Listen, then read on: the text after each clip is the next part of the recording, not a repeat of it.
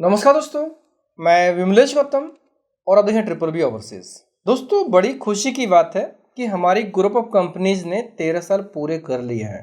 दोस्तों, जब किसी को भी सफलता मिलती है, चाहे वो ग्रुप के रूप में हो, किसी की एक फैमिली के रूप में हो या किसी खुद की इंडिविजुअल ग्रोथ हो, सबको खुशी होती है। और खुशी का इजहार वही व्यक्ति कर सकता है जिसको खुशी होती है, और ऑब्वियसली ये अनलिमिटेड होती है। इसको हम बोल के नहीं बता सकते, खुशी खुशी होती है। दोस्तों, जैसा कि 13 साल पूरे हुए हैं, 13 साल बहुत बड़ा पीरियड होता है। 13 ईयर का पीरियड, ये मान लीजिए कि इसमें एक बहुत लंबा सफ़र रहा और ये सफ़र में बहुत से उतार चढ़ाव आए। कंपनी 2010 में स्टार्ट हुई थी, 2010 में स्टार्ट हुई थी, आज 2023 है। 13 साल पूरे हो चुके हैं। 13 साल कंप्लीट होने के इस पीरियड में हमने हर एक स्टेज पे, हर एक जो साल का क्या क्या अनुभव रहा, उसके ऊपर हमने एक वीडियो के माध्यम से आपको पूरा मैसेज दिया हुआ है कि कंपनी ने किस स्टेज पर कहाँ पर क्या ग्रोथ किया। अब यहाँ पर इस प्रोसेस में ऑब्वियसली जब जो सफलता मिलती है उसमें किसी एक व्यक्ति का योगदान नहीं होता, इसमें काफ़ी लोगों का योगदान होता है। जो भी इस प्रोसेस से जुड़ते हैं उन सभी लोगों का योगदान होता है। इसलिए इस वीडियो में उन सभी लोगों को थैंक यू बोलना चाहता हूँ। बहुत बहुत धन्यवाद आप सभी लोगों का, जिन्होंने किसी भी स्टेज पे, किसी भी रूप में इस ग्रुप को आगे बढ़ाने में मदद की। वो किसी भी रूप में हो, चाहे वो एम्प्लॉयर के रूप में हो, चाहे वो कैंडिडेट्स के रूप में हो, चाहे वो हमारे व्यूअर्स के रूप में हो, या फिर हमारे स्टाफ के रूप में हो, टीम मेंबर्स के रूप में हो, कोई भी इस प्रोसेस में जुड़ा हो, हमारे वेंडर्स हों, जो लोग भी इस प्रोसेस में जुड़े हैं, सभी लोगों को बहुत बहुत धन्यवाद। और इस सफलता के वो भी उतने ही भागीदार हैं। जितना हम फील कर रहे हैं वैसा उनके भी फील करने का एक अवसर है, क्योंकि ये ग्रोथ सब लोगों के मिले जुले प्रयास से ही आगे बढ़ा। दोस्तों, इस पूरे सफ़र में हम देखते हैं तो इसमें काफ़ी प्लस माइनस हुए, उतार चढ़ाव आए। उतार चढ़ाव के रूप में देखा जाए तो कई बार सफलता असफलता दोनों चीज़ें साथ साथ में चलती रही।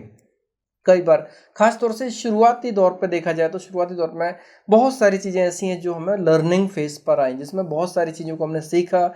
बहुत सारी चीज़ें ऐसी हुई हैं जो हमें टाइमली समझ में आई, हम उसको अपग्रेड करते गए। जैसे कि हम जब शुरू किया था तो ऑब्वियसली ज़ीरो के रूप में था, और आज के टाइम पर हमारी प्रोसेस काफ़ी स्टैंडर्ड है, रिजल्ट ओरिएंटेड है, टीम भी काफ़ी कमिटेड है, और टीम एक प्रकार से रिजल्ट ओरिएंटेड है, प्रोसेस ओरिएंटेड है। सो दोस्तों, ये जो सफ़र रहा है इसमें काफ़ी चीज़ें पॉजिटिव और नेगेटिव हुई हैं, और इन पॉजिटिव नेगेटिव चीज़ों में ऑब्वियसली बहुत सारी चीज़ें लर्निंग हुई हैं। लर्निंग के रूप में देखा जाए तो हर एक चीज़ से हमने चीज़ों को सीख के डेवलप करके प्रोसेस को इतना स्टैंडर्ड बनाया है। दोस्तों, अभी जैसे ओवरसीज़ का जो फील्ड है, ओवरसीज एक ऐसा फील्ड है जिसमें ऑब्वियसली बहुत सारी चीज़ें हैं, सेंसिटिव फील्ड मान लीजिए, और अपने देश में बहुत सारे मिस एजेंसीज़ हैं जो काम करती हैं, इसमें से काफ़ी सारी फ्रॉड भी हैं। हमारे पास जो कैंडिडेट्स आते हैं उनकी वो कई एजेंसीज़ की अपनी स्टोरी सुनाते हैं। ऑब्वियसली उनके साथ में कुछ बुरा हुआ होगा, वो हमारे साथ में शेयर करते हैं। और ये चीज़ के लिए हमने बहुत पहले एक वीडियो भी डाला था कि हम कैसे आइडेंटिफाई करें कौन सी एजेंसी जेन्युइन है, कौन सी फेक है, फ्रॉड है। तो इसके लिए आपको याद होगा हमने वीडियोस के माध्यम से कई बार सेमिनार्स भी किए हुए हैं। सेमिनार जो हमने फिजिकल ट्रैवल भी किया, ट्रैवल जैसे कई शहरों में जो हमने सेमिनार के बाद वीडियो भी अपलोड किए। उन सेमिनार का उद्देश्य क्या था कि लोगों के अंदर जागरूकता पैदा करना ओवरसीज के मामले में। ओवरसीज एक ऐसा फील्ड है जिसमें एक्चुअली कहा जाए समुद्र है, क्योंकि जैसे इतने सारे देश हैं, इतने सारे देशों में काम करने के लिए इतने सारे नियम होते हैं, लॉ होते हैं, इतने सारे एम्प्लॉयर होते हैं, एम्प्लॉयर की अलग अलग एलिजिबिलिटी क्राइटेरिया होती है। वो सभी चीज़ों को ध्यान अगर दिया जाए तो हर एक चीज़ में लर्निंग स्टेज है। जितना सीखेंगे उतना कम पड़ेगा, जितना सीखेंगे उतना कम पड़ेगा। जैसे अगर यूरोप की बात करते हैं तो 27 कंट्रीज हैं शेंगन में, यूके अलग है, यूएस का अलग है, कनाडा का अलग है, अलग हर चीज़ों को देखेंगे तो बहुत डीप में जाना पड़ता है। जैसे अभी देखा जाए तो राइट नाउ हमारे पास में 3 कंट्रीज़ का काम चल रहा है, जिसमें से पोलैंड का काम है। पोलैंड के ऊपर बहुत सारी स्ट्रेटजी रहती है, बहुत सारी चीज़ें डीपली हमें स्टडी करना होता है। सिंगापुर के बारे में बहुत डीप जाना पड़ता है, तब जाके सक्सेस बनती है। अगर हम देखते हैं सिंगापुर के बारे में, सिंगापुर हमारा 100% है, 100% में सक्सेस रेशो 100% ही है। न्यूजीलैंड हमारा 100% है। पॉइंट ये है कि किसी भी एक देश को अगर हमें देखेंगे तो उस देश के बारे में जब तक हमें इमिग्रेशन के बारे में, वहाँ के एम्प्लॉयमेंट के बारे में, वहाँ के लेबर लॉ के बारे में डिटेल इन्फॉर्मेशन नहीं होगी, तब तक हम उस प्रोसेस में 100% नहीं हो पाएंगे। हाँ, एक चीज़ है, पोलैंड या यूरोप में 100% नहीं हो सकते कोई भी, क्योंकि पोलैंड या यूरोप के दूसरे कंट्रीज़ के देखा जाए तो वहाँ VFS का पार्ट आ जाता है। जहाँ पर VFS इन्वॉल्व है वहाँ पर 100% नहीं बोल सकते हैं, लेकिन जहाँ पर वीएफएस इन्वॉल्व नहीं है वहाँ पर हम जिन कंट्रीज़ का काम कर रहे हैं वो 100% के रूप में ही है। अभी पोलैंड के ऊपर भी हमारा रेशियो आगे बढ़ने वाला है, क्योंकि इस टाइम पर बहुत सारी चीज़ें हैं, जैसे अभी अपॉइंटमेंट्स का ना होना, या फिर जो रिफ्यूजल्स आते हैं उनका बेतुका आंसर होना, बेतुके पॉइंट्स देना, इनके ऊपर कुछ समय के बाद मैं वैसे भी एक बार स्पेशली पोलैंड के लिए लाइव आने वाला हूँ। उसमें बहुत से लोगों की क्वारीज हैं, उनको मैं सॉल्व करने वाला हूँ। सो दोस्तों, जैसे 3 देशों के बारे में हमने बताया या गल्फ कंट्री के बारे में, तो जिन कंट्रीज़ के बारे में हम काम शुरू करते हैं तो उनकी जब तक डीप नॉलेज नहीं होती है तब तक हम काम शुरू नहीं करते हैं। सेमिनार्स हमने क्यों किए? क्योंकि सेमिनार्स में बहुत सारे हमारे बेटर एक्सपीरियंस रहे। बेटर एक्सपीरियंस इस रहे कि हमारे साथ में बहुत सारी चीज़ें ऐसी हुई जो एक प्रकार से नुकसानदायक थी। उन चीज़ों से हम एक प्रकार से सॉलिड हुए अपने फील्ड में, और हमें बहुत सारी ऐसी चीज़ों का नॉलेज हुआ जो एक्चुअली हर किसी को होना चाहिए। सेमिनार्स में हमने यही चीज़ शामिल की थी कि लोगों को वो जानकारियाँ जाएँ जिससे कि वो अपने आप को पहचान सके, उनकी प्रोसेस सही हो रही है या गलत हो रही है। जेन्युइन प्रोसेस को चेक करने के लिए अगर आपके पास में इनफ नॉलेज होगा तो आप इस चीज़ को चेक कर सकते हैं। अब चूंकि टाइम के अभाव की वजह से, समय के अभाव की वजह से मैं हर सिटी में नहीं ट्रैवल कर सकता, तो कुछ समय के बाद मैं अपने लाइव सेशंस बढ़ाने वाला हूं, जो कि एक किसी टॉपिक पे हुआ करेंगे जिसमें सारी इन्फॉर्मेशन आपको मिला करेगी। अब यहाँ पर एक सबसे इंपॉर्टेंट चीज़ है कि हमें बेटर एक्सपीरियंस कैसे हुए। ऑब्वियसली इस 13 साल के पीरियड में बहुत से बेटर एक्सपीरियंस भी हुए हैं, जिसमें से कुछ हमारे पार्टनर्स की तरफ से हुए हैं जो हमने वीडियो के माध्यम से शेयर भी किया है। दोस्तों, अब कुछ एक्सपीरियंस ऐसे हैं जो कैंडिडेट्स की तरफ से हुए हैं, और कैंडिडेट की तरफ से जो एक्सपीरियंसेस हुए हैं ना, वो एक्सपीरियंस के बेस पर हमारी प्रोसेस और स्ट्रांग होती है। हालांकि माइनर कुछ नुकसान भी हुआ, लेकिन एक प्रकार से चीज़ें जो हुई ना, हमें नई दिशा दी, एक प्रकार से प्रोसेस को उतना ही स्टैंडर्ड किया। दोस्तों, जैसा कि अगर कोई भी कैंडिडेट हमारे ऑफिस विजिट करता है ना, तो जब वो एग्रीमेंट करता है तो उसको श्योर हो जाता है कि हमारा काम यहाँ पर होने वाला है या नहीं होने वाला, और मैक्सिमम लोगों का यही होता है कि उनका काम होने वाला है। तभी कोई भी कैंडिडेट कहीं से भी ट्रैवल करके आता है ना, प्रोसेस के लिए क्यों एनरोल करते हैं? क्योंकि उनको भरोसा हो जाता है। और इस लेवल पे आने के लिए जो हमारा संघर्ष रहा, वो संघर्ष बहुत बहुत ही ज़्यादा महत्वपूर्ण है। इसमें से जैसे कि हमने बताया कि जो हमारा एक्सपीरियंस रहा, खासतौर से जो पार्टनर्स का रहा, तो पार्टनर्स वाले पार्ट पे हमने काम अच्छे से किया, लेकिन जो कैंडिडेट के साथ में रहा, हमने उसके ऊपर हमारी प्रोसेस को काफ़ी स्टैंडर्ड किया। कैंडिडेट के साथ में कैसा रहा कि जैसे आप देखेंगे कि जो भी हम प्रोसेस करते हैं ना, एक ऑथेंटिक वे में काम करने के लिए ऑब्वियसली हमारे कुछ सब मिस हमारे खुद के नहीं, लेकिन जो हमारे अपोजिट एजेंट्स होते हैं, जो ऐसे एजेंट्स जो हमारे काम को पसंद ना करते हो, ऐसे लोगों ने कुछ चीज़ें की जिसकी वजह से हमने प्रोसेस को और स्टैंडर्ड किया। और आज के टाइम पर हम कॉन्फिडेंट हैं, अगर हम कोई फाइल लेंगे तो वो 100% होने वाली है।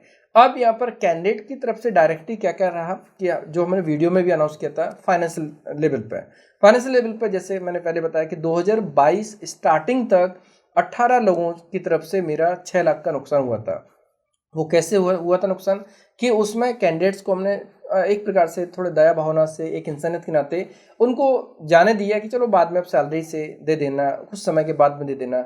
और जिन लोगों को हमने भेजा कि आप पेमेंट बाद में दे देना या पेमेंट को कम करके दे देना, उन लोगों ने बाद में कभी फ़ोन उठा के या फ़ोन करके आंसर नहीं किया, और हमेशा एक्सक्यूज़ दिए कि टाइम है नहीं है, जॉब में समय नहीं मिलता, टाइम डिफरेंट है, बहुत सारी चीज़ें हैं।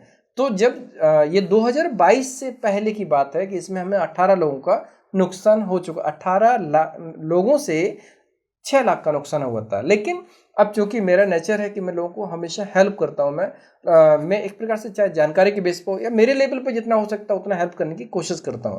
तो हमें लास्ट ईयर 2022 में भी हमें ऐसा बेटर एक्सपीरियंस हुआ जिसमें 3.5 लाख रुपए का नुकसान हुआ, जिसमें से हमने एक इंसानियत के नाते कैंडिडेट्स को बाहर भेजा और कहा कि आप बाद में पेमेंट कर देना, तो उन्होंने पेमेंट्स नहीं किया, बाद में फ़ोन भी पिक नहीं किया, और एक प्रकार से प्रॉपर जो होता ना, वो एक कोऑर्डिनेशन उस जो हमने सपोर्ट किया उसकी वैल्यू तो साइड में रख दो, नहीं हुआ।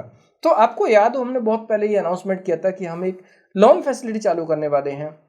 अब चूंकि लोन फैसिलिटी ट्रिपल बी की तरफ से नहीं थी, वो प्राइवेट फाइनेंसर की तरफ से थी, तो प्राइवेट फाइनेंसर की तरफ से होने के लिए ऑब्वियसली हर व्यक्ति अपने फंड की रिकवरी के लिए बात करेगा। बैंक हो, बैंक भी करती है, कोई भी हो, जो अगर किसी को लोन देगा तो लोन की रिकवरी का एक सबसे मिस सॉलिड होना चाहिए कि कैसे वो रिकवरी करेंगे। जब उन फाइनेंसर ने, हमने 4 लोगों को ट्राई भी किया था कि 4 लोगों पर काम करेंगे, लेकिन जब मैंने उनको शेयर किया कि हमारे साथ में ऐसा हुआ, तो उन्होंने कहा कि जब कैंडिडेट चला जाएगा तो उसके फंड को रिकवर करने का कोई लॉजिक बनता ही नहीं है, और ये बहुत इनसिक्योर फील्ड है। क्योंकि इसमें सबसे इंपॉर्टेंट चीज़ है कि शायद यही रीज़न है कि जो बैंक्स हैं, बैंक्स इस प्रोडक्ट के ऊपर ज़्यादा फोकस नहीं करती है। और ऑब्वियसली ये सबसे एक सेंसिटिव पॉइंट मान लीजिए कि कोई भी बैंक जॉब जिसके पास वर्क परमिट होता है, जॉब होती है, उसको लोन नहीं देती। भले पीएल दे देगी लेकिन एम्प्लॉयमेंट के लिए लोन नहीं देती, क्योंकि अगर एम्प्लॉय यहाँ से बाहर चला गया तो उससे फंड की रिकवरी होना बहुत मुश्किल है। और ये हमारे पास्ट के कैंडिडेट्स ने इस चीज़ को प्रूव कर दिया कि आप अगर किसी के ऊपर एहसान करते हो ना, तो भूल जाओ कि बाद में वो रिकवरी होने वाली है। उनके पास बहुत सारे रीजंस होते हैं, बहुत सारे बहाने होते हैं कि वो आपको फंड रिफंड नहीं करेंगे। एक प्रकार से भले वो डिफ़ॉल्ट हो जाए लेकिन फंड रिफंड नहीं करेंगे। जैसे पास्ट में हुआ भी है कि हमने जिनको कहा उन्होंने चेक दिया, चेक बाउंस हो गया। पॉइंट ये है कि अगर नीयत साफ नहीं होगी तो वो नहीं हो सकता। तो यहाँ पर प्रोसेस स्टैंडर्ड हुई है, डेफिनेटली स्टैंडर्ड हुई है कि अभी जो भी कैंडिडेट्स हैं ना, ऑब्वियसली जो टर्म्स एंड कंडीशन क्लियर करने के बाद में उनको काम होता है।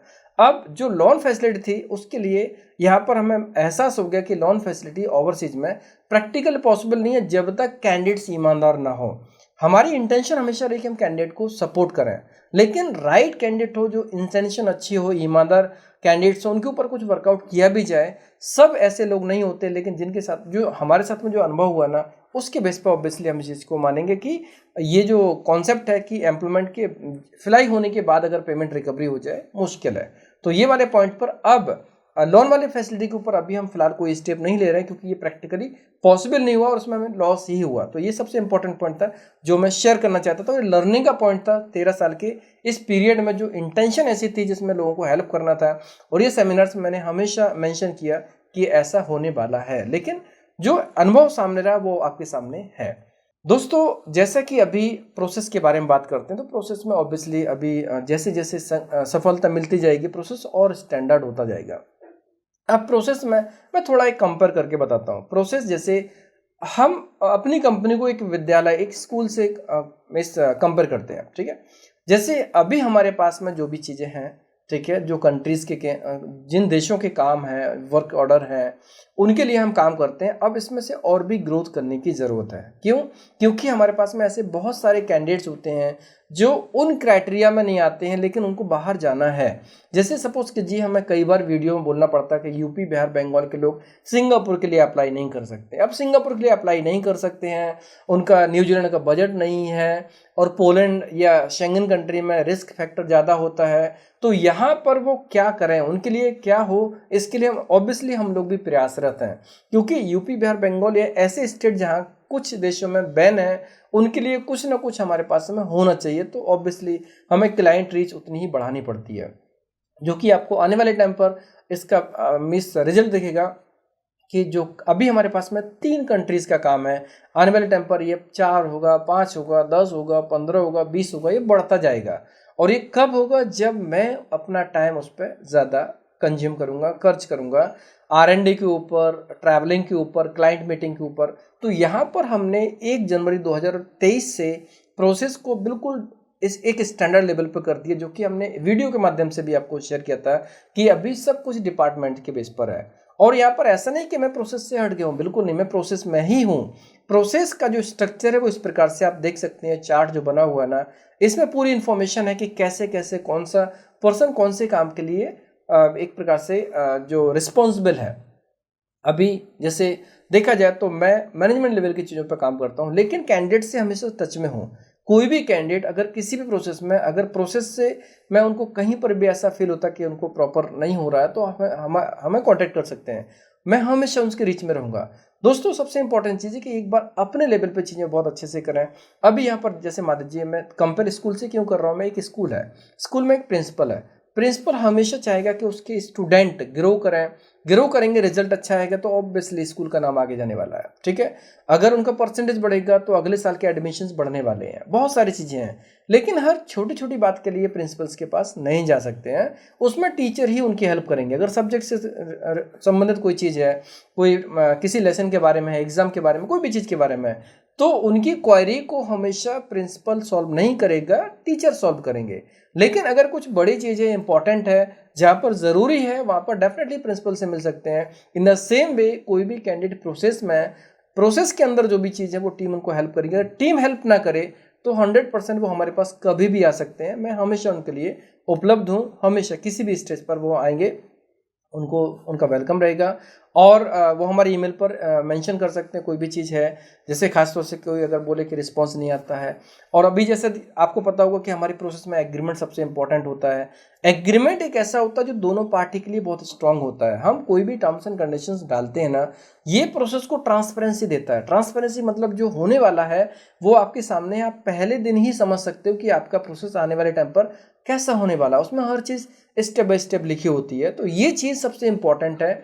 अब कोई भी कैंडिडेट प्रोसेस को समझने के लिए एक प्रकार से एग्रीमेंट्स की कॉपी ज़रूर अपने साथ में रखें। जब एग्रीमेंट करते हैं तो एग्रीमेंट के 1 या 2 दिन के बाद में उनको कॉपी शेयर की जाती है, तो वो हमारे कलीग्स को कॉन्टेक्ट करके ले सकते हैं। अगर किसी को कॉपी नहीं मिलती है वो डेफिनेटली हमें कॉन्टेक्ट कर सकता है, मुझे कॉन्टेक्ट कर सकता है कि उनको कॉपी नहीं मिली या उनको प्रोसेस के बारे में नहीं बताया गया। आप प्रोसेस एक प्रकार से जब स्टैंडर्ड करते हैं, ऑब्वियसली बहुत सारी चीज़ें होती हैं जो हमें क्राइटेरिया को ध्यान में रखना पड़ता है, बहुत सारी चीज़ें होती हैं जिनको ध्यान में रखना पड़ता है, लेवल को, एक प्रोसेस को, स्टैंडर्ड को, हर चीज़ को ध्यान में रखना पड़ता है। तो प्रोसेस से हट के अगर कोई भी चीज़ होती है, एग्रीमेंट से हट के कोई भी चीज़ होती है, आप किसी भी टाइम पर मुझे ईमेल कर सकते हैं, उसका रिप्लाई आपको मिल जाएगा, उसमें सपोर्ट भी आपको टाइमली मिलेगा। दोस्तों यहाँ पर एक चीज़ ये होती है कि जैसे टाइमिंग की बात करते हैं तो ऑब्वियसली जो चीज़ें ऐसी हैं जो हमारे कंट्रोल में होती है वो 100% अपने लेवल पे बेस्ट होती हैं। अब कुछ चीज़ें ऐसी होती हैं जैसे अभी वीएफएस का अपॉइंटमेंट नहीं मिलता, तो ऑब्वियसली इसमें हम ज़्यादा कुछ नहीं कर सकते, गवर्नमेंट का रोल रहता है यहाँ पर। गवर्नमेंट और वीएफएस का दोनों का जैसा भी है उसके हिसाब से इसमें काम रहता है। पोलैंड की गवर्नमेंट का भी रहता है। अब यहाँ पर वीएफएस का अपॉइंटमेंट मिलना या वीज़ा स्टैंपिंग होना, ये सब चीज़ों का एक प्रोसेसिंग टाइम होता है, उसके ऊपर टाइमिंग का कोई कंट्रोल नहीं होता। लेकिन जो प्रोसीजर होती है एप्लीकेशन का, एप्लीकेशन और उसके बीच के प्रोसेस, उसके बाद में फाइनल प्रोसेस, अब यहाँ पर हमारा जो रोल होता है जिस खासतौर से इंटरव्यू के ऊपर, डॉक्यूमेंटेशन के ऊपर, वो हमारी टीम 100% करती है, जिसके ऊपर मैं कॉन्फिडेंट हूँ, 100% कॉन्फिडेंट हूँ। और मैं कोशिश करता हूँ जितना स्ट्रांग हो जाए उतना ही अच्छा, चाहे वो इंटरव्यू के बारे में हो। अभी आपने कई लोगों के वीडियो सुने होंगे, रात में 12 बजे कॉल गया, रात में 4 बजे कॉल गया, अर्ली मॉर्निंग सुबह 6 बजे कॉल गया। ये कॉल क्यों गए? क्यों? उसका रीज़न था कि उनको इंटरव्यू में सिलेक्ट करवाना था। सिंगापुर का टाइम सुबह होता है, अगर वो 9 बजे सिंगापुर टाइम के हिसाब से इंटरव्यूज़ लेते हैं तो आप मान लीजिए इंडिया के 6:30 बजते हैं, 6:30 बजे हमारे कलीग उठ के उनको अगर गाइड कर, 6:30 बजे इंटरव्यू तो 6 बजे गाइड करना होगा, कभी कभी 5 बजे गाइड करना होगा। तो पॉइंट ये है कि ये जो अनऑफिशियल टाइम में भी हम बात करते हैं, रीज़न क्या है कि सब लोग चाहते हैं रिजल्ट आए और हर किसी को खुशी होती है, हर किसी को, कि वो जिस प्रोसेस में शामिल हैं उसका रिजल्ट अच्छा होना चाहिए। जितनी खुशी कैंडिडेट को वीज़ा आने की होती है उससे कई गुना खुशी हमें भी होती है। ऑब्वियसली कैंडिडेट को तो बहुत ज़्यादा खुशी होती है, कैंडिडेट के फैमिली वालों को भी बहुत खुशी होती है, उतनी ही खुशी हमें भी होती है क्योंकि हमारी सफलता होती है। जब उनका वीज़ा लगता है उनके चेहरे की स्माइल देख के हमारी इस चेहरे की भी स्माइल बढ़ जाती है। तो पॉइंट ये है कि जब किसी को सपोर्ट करते हैं किसी भी लेवल पर, चाहे वो डॉक्यूमेंटेशन के लेवल पर हो, ट्रेनिंग के लेवल पर हो, गाइडेंस के लेवल पर हो, हर चीज़ पर हम जब टाइम देते हैं, रीज़न क्या, हम उसमें रिजल्ट के ऊपर उम्मीद करते हैं। तो यही चीज़ है कि प्रोसेस में जो भी बेस्ट होता है टीम कोऑर्डिनेट करती है, इसलिए टीम से प्रॉपर तरीके से कोऑर्डिनेट करें। जैसे जो आप टीचर से सवाल के बारे में बात करेंगे तो जो टीचर समझाएंगे एक्चुअली आपको उनको फॉलो करना बहुत ज़रूरी है। आप टीचर को प्रॉपर फॉलो करेंगे तो डेफिनेटली आपको बहुत अच्छा रहेगा। दोनों का हेल्दी ट्यूनिंग होनी चाहिए, होती भी है, लगभग सभी लोगों का ऐसे रहता है, कभी कभी कुछ लोगों का नहीं रहता है तो वो हमें इसके लिए कंप्लेंट करते हैं। तो मैं ये रिक्वेस्ट करना चाहूँगा कि आप एग्रीमेंट के हिसाब से हमारी टीम से कोऑर्डिनेट करें। टीम आपको डेफिनेटली 100% सपोर्ट करेगी, और सपोर्ट ना करें कि उस केस में आप मुझे ईमेल लिख के बता सकते हैं कि क्या क्या प्रॉब्लम है, आपका सोल्यूशन ज़रूर होगा। प्रोसेस जितना स्टैंडर्ड होगा हम सब के लिए उतना ही अच्छा रहेगा। दोस्तों ये बात रही प्रोसेस के बारे में। अब जैसे मैंने बताया कि एग्रीमेंट की कॉपी, आप एग्रीमेंट की कॉपी अपने साथ में ज़रूर रखें। और जो भी चीज़ होती है प्रोसेस में, प्रोसेस के बारे में जब आपको कोई गाइड किया जाए तो आप उसको ज़रूर फॉलो करें। मेन चीज़ क्या होती है, अगर कोई भी स्टेप आती है आप अपनी तरफ से डिले करेंगे तो वो चीज़ प्रोसेस में डिले हो सकती है, या कॉपरेशन में अगर कमी करेंगे। कई बार ऐसा होता है कुछ रिस्पांस नहीं देते हैं, जैसे किसी का फ्लाइट होने वाला है, रिस्पांस नहीं दिया, किसी का सिलेक्शन हो गया, वीज़ा आ गया, वीज़ा आने के बाद में फिर वो रिस्पांस नहीं दे रहा पेमेंट्स के बाद में। तो इसमें रिक्वेस्ट है कि आप टाइमली चीज़ों को रिस्पॉन्ड करें। हमारी तरफ से आपको 100% टाइमली रिस्पॉन्स मिलेगा। आप अगर प्रोसेस के बारे में, प्रोसेस को स्टैंडर्ड करना चाहते हैं, आपकी सफलता हमारी सफलता। हमारा जो स्लोगन है your needs our ambition, actually ये प्रैक्टिकल है। हम यही चाहते हैं कि आपका एम्बिशन वो पूरा होना चाहिए, और उसके लिए हम लोग 100% अपना प्रयास करते हैं। उस चीज़ के लिए आपका सहयोग उतना ही इम्पोर्टेंट है। हम जो भी चीज़ करते हैं ट्रांसपेरेंसी रखें। अगर कोई चीज़ प्लस माइनस होने वाला है, आप शेयर करें, तो उसमें हम हमेशा आपके साथ में रहेंगे। प्रोसेस बहुत अच्छा रहेगा, एक दूसरे के लिए जितना ट्रांसपेरेंस होगा उतना ही अच्छा रहेगा। दोस्तों, अब यहाँ पर जैसे जो सिलेक्शंस के ऊपर बात करते हैं, ये बहुत इंपॉर्टेंट पॉइंट है। जैसे मान लीजिए अगर कोई बड़ा एग्जाम है, जैसे मैं आपको बताऊं, अब मैं 3-4 एग्जाम्स के नाम लेता हूं, उन एग्जाम्स के हिसाब से आप समझ जाएंगे कि मैं क्या कहना चाहता हूं। जैसे IPS का एग्जाम होता है, तो उसमें हज़ारों लोग अप्लाई करते हैं, लेकिन सिलेक्शंस बहुत कम का होता है। वैसे ही बड़ी कंट्री जैसे न्यूजीलैंड है या UK है, इनका प्रोसेस अप्लाई बहुत लोग करना चाहेंगे, ड्रीम बहुत से लोग देखेंगे, लेकिन सक्सेस बहुत कम लोगों को मिलती है। अगर मैं बात करूं जैसे UPSC के जो SSC के एग्ज़ाम्स, उसमें सक्सेस रेशियो थोड़ा ज़्यादा होता है। क्यों? क्योंकि उसमें लेवल उतना थोड़ा कम होता है, क्राइटेरिया उतना ज़्यादा टफ नहीं होता है, तो उसमें क्राइटेरिया के अंदर बहुत से लोग आते हैं, इसलिए IAS की तुलना में SSC का सक्सेस रेशियो बहुत ज़्यादा होता है। तो वही चीज़ है, अगर कोई यूरोप के लिए, पोलैंड के लिए या सिंगापुर के लिए अप्लाई करना चाहता है, उसका रेशियो वैसा रहेगा। और जहाँ पर 100% में से 70-80% सक्सेस होता है, वो गल्फ कंट्री का होता है या फिर कोई छोटी कंट्री का होता है। तो जैसी कंट्री वैसा इसमें सक्सेस रेशियो होता है। अब जैसे हमने आपको बताया कि सिंगापुर हमारा 100% है या न्यूजीलैंड 100%, तो ऑब्वियसली हमें एम्प्लॉयर की तरफ से जो गाइडेंस दिया जाएगा उसको फॉलो करना ही हमारी रिस्पॉन्सिबिलिटी होगी। इसमें कोई शॉर्टकट नहीं होगा। किसी एक कैंडिडेट ने कमेंट किया कि हम जो चार्ज देते हैं वो आप प्रोफाइल सेट करने के लिए तो देते हैं ना। दोस्तों, पॉइंट ये है, प्रोफाइल सेट करने के लिए नहीं होता है। क्लाइंट की जो रिक्वायरमेंट है हमारे लिए दोनों ही इंपॉर्टेंट है। क्लाइंट भी इंपॉर्टेंट है, कैंडिडेट भी इंपॉर्टेंट है। क्लाइंट जो गाइडेंस देंगे ना, जो क्राइटेरिया देंगे, उसके हिसाब से हमें कैंडिडेट को प्रिपेयर करना होता है, न कि उसको हम एक प्रकार से एक जो प्रोसेस रहेगा प्रोसेस को चेंज करा, बिल्कुल भी नहीं। अगर एम्प्लॉयर ने क्राइटेरिया दिया, वो क्राइटेरिया पे कैंडिडेट फुलफिल होगा, तब भी हमारा सक्सेस रेशियो है। जैसे मान लीजिए हमारे पास में 10 लोग आए न्यूजीलैंड के लिए, अब क्लाइंट को चाहिए 2 लोग, और उसमें से 10 में से 2 लोग ही एलिजिबल हैं, या हो सकता है 1 लोग ही एलिजिबल हैं, तो 9 लोग तो रिजेक्ट हो जाएंगे ना, 8 लोग रिजेक्ट हो जाएंगे। तो जो लोग रिजेक्ट हों वो ये ना सोचें कि हम प्रोसेस नहीं करना चाहते। दोस्तों, हमें अपना सक्सेस रेशियो ध्यान रखना है, हमारे लिए सबसे इंपॉर्टेंट है, और ये सबके लिए इंपॉर्टेंट है। अगर किसी का एप्लीकेशन एक्सेप्ट हो गया तो वो ये श्योर हो जाए कि उसका वीज़ा आना चाहिए, हमारे लिए सबसे बड़ी सफलता रहेगी। तो इसलिए कोई भी कैंडिडेट हमारे ऑफिस में विजिट करता है ना, तो ये चीज़ के लिए, अगर कभी किसी प्रोसेस में रिजेक्ट होता है, हम उसको एक्सेप्ट नहीं करते हैं, तो ये नहीं सोचना चाहिए कि हम प्रोसेस में उसको नहीं लेना चाहते, बिल्कुल भी नहीं। कौन सी चीज़ें रही अपने आप को ऑब्जर्व करें, एनालाइज करें अपने आप को, फिर उसके बाद में वो चीज़ों को देखें और वर्कआउट करें, इंप्रूव करें, उसके बाद में हमारे पास में आए, हम डेफिनेटली हेल्प करेंगे। जैसे मान लीजिए अगर उनका न्यूजीलैंड में नहीं हुआ तो अपने दूसरी कंट्री में भी प्रोसेस कर सकते हैं, लेकिन उसमें क्राइटेरिया के अंदर आना चाहिए, बहुत इंपॉर्टेंट है। अगर क्राइटेरिया में आएंगे तभी हो पाएगा। तो ये हर किसी का, आप किसी कंपनी में इंटरव्यूज़ देने जाओ, मान लीजिए अगर आपने TCS में इंटरव्यू दिया, कॉग्निजेंट में दिया, जेनपैक्ट में दिया, किसी भी बड़ी कंपनी में, टाटा मोटर्स में दिया, और उन्होंने आपको सिलेक्ट नहीं किया, तो आप कंपनी को तो क्रिटिसाइज नहीं कर सकते ना, आप अपने अंदर क्वालिटी डेवलप कर सकते हैं। वही रिक्वेस्ट हम कैंडिडेट से करते हैं कि अगर कोई कैंडिडेट हमारे पास आता है, अगर उसका सिलेक्शन नहीं होता है, तो वो ये देखे क्यों सिलेक्शन नहीं हुआ। ऐसा कभी नहीं सोचे कि हमने उसको नहीं लिया। दोस्तों, हमें तो कैंडिडेट की आवश्यकता है। कैंडिडेट की आवश्यकता नहीं होती तो हम इतनी वीडियोस क्यों अपलोड करते। वीडियो अपलोड करने का, वैकेंसी को रिपीट करने का सबसे बड़ा कारण होता है कि हमें कैंडिडेट की सच में आवश्यकता होती है। क्लाइंट को आवश्यकता है, जो न्यूजीलैंड में बैठे हैं, सिंगापुर में बैठे हैं, पोलैंड में बैठे हैं, वो लोग हमें रिक्वायरमेंट क्यों शेयर करते हैं? क्योंकि उनको आवश्यकता है। अगर आवश्यकता नहीं होती तो हम ये अननेसेसरी वीडियो नहीं डालते हैं। सभी वीडियो काम के होते हैं और एज पर द रिक्वायरमेंट ही होते हैं। तो क्राइटेरिया सबसे इंपॉर्टेंट है, सिलेक्शन होना। आप सोचो, अगर 10 में से हमने 2 लोग लिए और दोनों का वीज़ा लग गया तो 100% हो गया ना। तो इट मीन्स कि अगर हमने 10 लोगों में से 10 को ले लिया और 2 का वीज़ा लगा, तो सक्सेस रेशियो कितना कम हो गया? बहुत कम, 20% हो गया। लेकिन अगर हमने 2 लोगों को लिया, दोनों का सिलेक्शन हो गया, तो 100% हो गया। तो यहाँ पर आपको इस चीज़ पर ध्यान देना चाहिए कि अगर आप आपका एप्लीकेशन हमने इन नहीं किया तो कुछ ना कुछ तो रीज़न रहा होगा, वो आपको खुद चेक करना होगा। क्यों? क्योंकि अगर हम ये चीज़ आपको बताएंगे कि जैसे डीपेस्ट पॉइंट, वो आपको खुद देखना होगा। क्राइटेरिया आपको बता देंगे लेकिन आपको मैच खुद करना होगा। दुनिया में सबसे टफ काम क्या रहता है कि अपने आप की क्वालिटी को चेक करना, और ये आपके लिए रिस्पॉन्सिबिलिटी होगी, आपकी खुद की जिम्मेदारी होगी कि आप उसमें कितने % एलिजिबल हैं। दोस्तों जैसे मैं आपको एक उदाहरण देता हूँ, मैं एक कंपनी में मैनेजर की रिक्वायरमेंट है, ठीक है।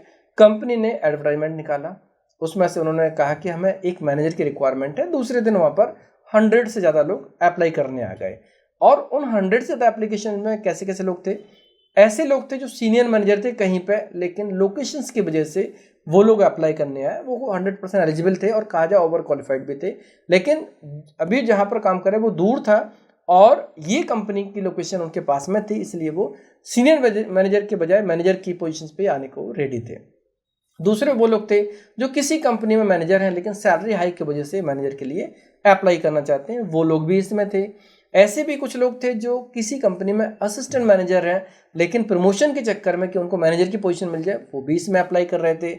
इसमें ऐसे लोग भी थे जो सीनियर एग्जीक्यूटिव थे और उनको ग्रोथ चाहिए थी, लेकिन उनको अपनी क्वालिटी जज करना उतना नहीं आता था, तो सीनियर मैनेजर से डायरेक्टली जंप मैनेजर के रूप में करना चाहते थे, वो लोग भी थे। इसमें ऐसे लोग भी थे जो एग्जीक्यूटिव लेवल के थे लेकिन उनके एम्बिशियस बहुत ज़्यादा थे, उनका ड्रीम बड़ा था, वो भी डायरेक्ट मैनेजर बनना चाहते थे, वो लोग भी अप्लाई कर रहे थे। और हद तो उस चीज़ की है जो फ्रेशर्स लोग भी मैनेजर बनने के लिए अप्लाई कर रहे थे। अब यहाँ पर देखा जाए तो मैनेजमेंट को पता है किसको हायर करना है किसको नहीं करना, तो उसमें से जिसकी रिक्वायरमेंट होगी वही लेंगे ना, बाकी सबको रिजेक्ट करेंगे। तो अगर इसमें से सीनियर मैनेजर को रिजेक्ट किया, उसका लॉजिक बन सकता है वो ओवर क्वालिफाइड है, बाकी को किया तो बाकी लोग ब्लेम तो नहीं कर सकते ना कंपनी को कि नहीं आपने हमें क्यों नहीं लिया, आप पार्शियलिटी करते हो, ये वो फलाना ठिकाना, बिल्कुल भी नहीं। इसमें लर्निंग है कि अगर आपका सिलेक्शन नहीं हुआ तो आपके अंदर क्या कमी है उसको पूरा करो। कंपनी कभी नहीं बताती है कि आपके अंदर क्या कमी है, वो आपको खुद आइडेंटिफाई करना होगा। हाँ, आपको क्राइटेरिया बताया जाएगा कि ये क्राइटेरिया इस बेस पर सिलेक्शन होगा, और वो आपको सबसे इंपॉर्टेंट है, ध्यान रखना होगा। तो ये बहुत इंपॉर्टेंट मैसेज था, क्योंकि दोस्तों 13 साल का संघर्ष है। 13 साल के संघर्ष पीरियड में जो सफलता मिली, बहुत से अनुभव मिले, तो हम ऐसा कोई भी स्टेप नहीं लेना चाहते हैं जिसमें से हमारी कंपनी की सक्सेस रेशियो पे असर पड़े। सक्सेस बढ़ना चाहिए, परसेंटेज वाइज बढ़ना चाहिए। जितना सक्सेस बढ़ेगा हम सबके लिए इंपॉर्टेंट है, हम सबके लिए फ़ायदेमंद है। दोस्तों जैसे कि हमें कई बार सिंगापुर के लिए अनाउंसमेंट करना पड़ता है, जैसे मैंने वीडियो में बताया कि यूपी बिहार बंगाल के लोग बैन होते हैं, तो दोस्तों ये हमारे दिमाग में बहुत ज़्यादा चलता रहता है कि कैसे करके कहाँ से कौन से देश का काम लाए जहाँ पर गल्फ कंट्री से हट के काम हो और यूपी बिहार बंगाल के लोग फिट हो सकें वहाँ पे। इसके ऊपर हम काम कर रहे हैं, आने वाले समय पर आपको इसके ऊपर वीडियोज़ मिलेंगे, इसके ऊपर वैकेंसीज मिलेगी जहाँ पर यूपी बिहार बंगाल के लोग भी अप्लाई कर सकते हैं। ये बहुत इंपॉर्टेंट है दोस्तों। ये ऐसा नहीं कि हम अपनी तरफ से करना चाहते हैं, हमारा पास्ट में ऐसा एक्सपीरियंस रहा कि यूपी बिहार बंगाल के लोगों का वीज़ा रिफ्यूज हुआ है, बहुत रिफ्यूज हुआ है सिंगापुर की तरफ से। तो ये एक पॉइंट था। तो हम और प्रयासरत हैं और भी नई कंट्रीज़ को आइडेंटिफाई कर रहे हैं, और बहुत जल्दी आपके पास सामने ऐसी वैकेंसीज आएंगी जहाँ पर आप अपनी प्रोफाइल को मैच करके अप्लाई कर सकते हैं। दोस्तों जैसा कि हमने प्रोसेस के बारे में बताया आपको कि हमारी प्रोसेस स्टैंडर्ड हो चुकी है, हमने वीडियो के बीच में आपको बताया। आप इस चार्ट को देखेंगे आपको समझ में आ जाएगा कौन सा व्यक्ति किस प्रोफाइल में है और उनका क्या रोल है, क्या एक पोजीशन है, उसके हिसाब से आप चीज़ों को अप्रोच कर सकते हैं। हर जो हमारे टीम में जितने मेंबर्स हैं, हर टीम मेंबर का अपना अलग अलग रोल है। सब लोग अपने अपने रोल को 100% करते हैं, और इस जो प्रोसेस है जितना स्टैंडर्ड रहेगा उतना हम सब के लिए अच्छा रहेगा, इजी भी रहेगा, और किसी को परेशान होने की आवश्यकता नहीं रहेगी। आप वेबसाइट पे इस चीज़ को देख सकते हैं, आपको सारी चीज़ें आपको वेबसाइट पे मिलने वाली हैं। दोस्तों ये पूरी प्रोसेस में ऑब्वियसली मैं दोबारा धन्यवाद देना चाहूँगा जितने लोगों ने हमें किसी भी स्टेज में हेल्प किया, सपोर्ट में रहे, टीम के रूप में रहे, व्यूअर्स के रूप में रहे, कैंडिडेट के रूप में रहे, एम्प्लॉयर के रूप में रहे, वेंडर्स के रूप में रहे, सभी लोगों को बहुत बहुत धन्यवाद। 13 साल की सक्सेस उन सभी लोगों की सक्सेस है। दोस्तों वीडियो कैसा लगा, पसंद है तो लाइक कीजिए, कमेंट्स कीजिए, शेयर कीजिए। हमारे वीडियोस को लगातार देखने के लिए चैनल को सब्सक्राइब कीजिए, घंटी वाला ऑप्शन जरूर दबाएं जिससे कि आपको आने वाले सारे वीडियोस के नोटिफिकेशन सबसे पहले मिलेंगे। धन्यवाद।